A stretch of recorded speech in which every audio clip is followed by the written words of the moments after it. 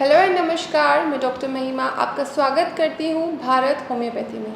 आज हम बात करेंगे एस्थमा से रिलेटेड कि क्या डाइट्स उनको एस्थमेटिक पेशेंट को ऑप्ट करनी है जिससे उनको फ़ायदा मिलेगा। जब हम बात करते हैं एस्थमा पेशेंट की, तो जब एस्थमा पेशेंट हमसे बात करते हैं, हमसे क्वेश्चंस पूछते हैं, तो उनका सिर्फ एक ही क्वेश्चन होता है कि कौन सी मेडिसिन एस्थमा को ठीक कर सकती है, कि कैसा उनको ट्रीटमेंट लेना है कि उनका जो एस्थमा के सिम्टम है उसमें उनको थोड़ा कमी आ सकती है और उनको बेटर फील हो सकता है।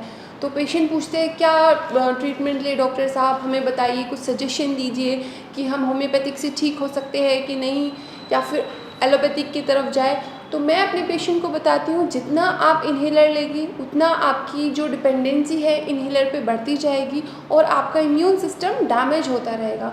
तो आपके लिए बहुत इंपॉर्टेंट है कि आप ऐसा ट्रीटमेंट लें जिससे आपकी जो इम्यून सिस्टम है, जो आपकी इम्यूनिटी है, वो बिल्डअप हो, स्ट्रॉन्ग हो और आपके लंग्स अंदर से हील हो, जो इन्फ्लेमेशन वहाँ पर आई है वो ठीक हो जाए। तो अब बात करते हैं इससे रिलेटेड, हम एस्थमा से रिलेटेड क्या डाइट ले सकते हैं जिससे एस्थमेटिक सिम्टम में रिलीफ मिलती है या फिर कमी होती है। तो फर्स्ट है कि एस्थमेटिक पेशेंट को विटामिन डी का सेवन ज़रूर करना चाहिए। अब सेवन भी कर सकते हैं। विटामिन डी की जो मेन सोर्स होती है वो सन होता है। अगर सन बेदिंग एस्थमेटिक पेशेंट लेते हैं, अगर धूप वो लेते हैं कि 10 से 15 मिनट की सुबह की वो धूप ले रहे हैं, तो एस्थमेटिक पेशेंट के लिए बहुत फ़ायदेमंद रहता है। सेकंड है कि अगर एस्थमेटिक पेशेंट ओबेसिटी है, उनको ओबीज़ है, तो ज़रूरी है कि वो अपना वेट कम करे, अपने वेट को मैनेज करे, अच्छा खाए और अपना वेट जो है मैनेज करे। इसका रीज़न ये है जितना ओबेसिटी होगी उतनी ही बॉडी को ऑक्सीजन की डिमांड होगी। ऑलरेडी ही आपके लंग्स डैमेज है, ऑलरेडी ही आपको ऑक्सीजन की नीड होती है, ज़्यादा होती है, बिकॉज ब्रेथलेसनेस होती है, इन्फ्लेमेशन है आपके लंग्स में। अब अगर आपको ओबेसिटी भी होगी तो बॉडी की ऑक्सीजन की डिमांड बढ़ गई है। अब उस डिमांड को पूरे करने के लिए लंग्स ज़्यादा काम करेगा।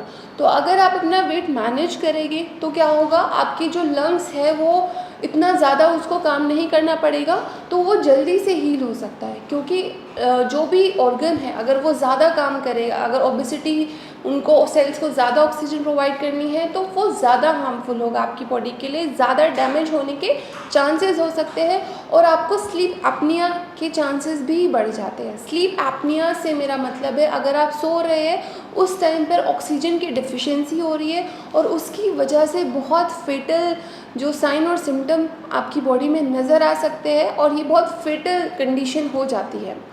थर्ड बात करते हैं कि ऐसी आपको फूड या फिर फ्रूट्स एंड वेजिटेबल अपनी डाइट में डालनी है जो कि विटामिन ई और विटामिन सी इनरिच है। विटामिन सी और विटामिन ई इन दोनों में इन्फ्लेमेशन को कम करने की कैपेसिटी होती है। एंटीऑक्सीडेंट्स होते हैं। एंटीऑक्सीडेंट्स जितने आप ज़्यादा लेंगे, आपके जो एस्थमा के इन्फ्लेमेशन हुई है लंग्स में वो उसको कम करेंगे और आपको सिम्टम्स में आपको उसमें कमी नज़र आएगी।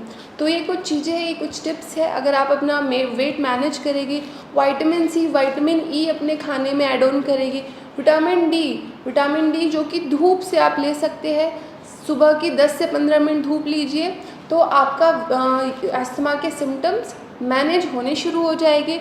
और अगर आप ऐसा ट्रीटमेंट ऑप्ट करते हैं जिससे आपके जो लंग्स है वो अंदर से हील हो, इम्यून सिस्टम अच्छा हो और इन्फ्लेमेशन और जो उनकी सिकुड़न है वो कम हो जाए, तो आपके लिए ज़्यादा बेहतर रहेगा। धन्यवाद।